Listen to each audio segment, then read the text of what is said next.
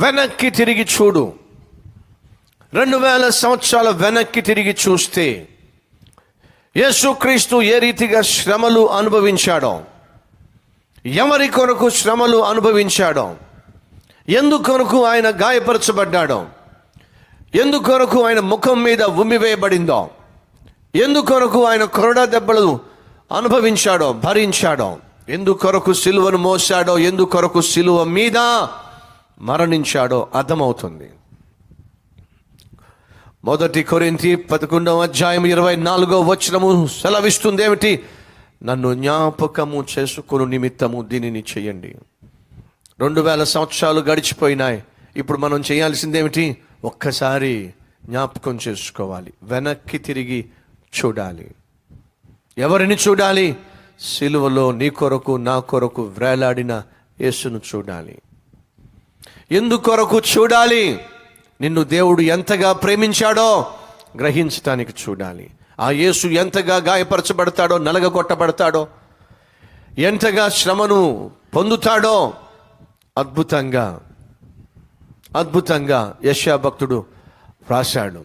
అతడు ఏమి రాశాడో అదే 700 సంవత్సరాల తరువాత యేసుక్రీస్తు జీవితంలో నెరవేరడము ఎంత అద్భుతము. యేసుక్రీస్తు యొక్క జన్మ ముందుగానే ప్రవచించబడింది. యేసుక్రీస్తు యొక్క జీవితము ముందుగానే ప్రవచించబడింది. యేసుక్రీస్తు యొక్క సేవ, బోధ ముందుగా ప్రవచించబడింది.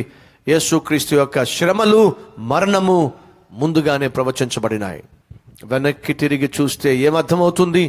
దేవుడు నిన్ను నన్ను ఎంతో ప్రేమించాడని, అలా ప్రేమించిన పుణ్యానికి తన ప్రియమైన కుమారుణ్ణి నీ కొరకు నా కొరకు పాప పరిహారార్థ బలిగా, లోక పాపములను మోసుకొని పోయే దేవుని గొర్రె పిల్లగా ఆయన లోకానికి పంపించాడని, సిలువలో ఆయన చేసిన త్యాగము ద్వారా, ఆయన సలిపిన బలియాగము ద్వారా మనం ఈరోజు పాపక్షమాపణ పొందుకున్నామని, ఆయనే ఆనాడు సిలువలో వేలాడకపోతే, ఆయనే ఆనాడు రక్తము చిందించకపోతే, ఆ 10,000ల్లో అతి సుందరుడు, కోటి సూర్యుల కాంతి గలవాడు నీ కొరకు నా కొరకు ఆ అందాన్ని కోల్పోకపోయినట్లయితే ఈరోజు మనము ఆత్మీయ సౌందర్యము కలిగి, రక్షణ వస్త్రము కలిగి, రక్షణ ఆనందము కలిగి దేవుని సన్నిధిలో గడిపే అవకాశము ఉండేదే కాదో.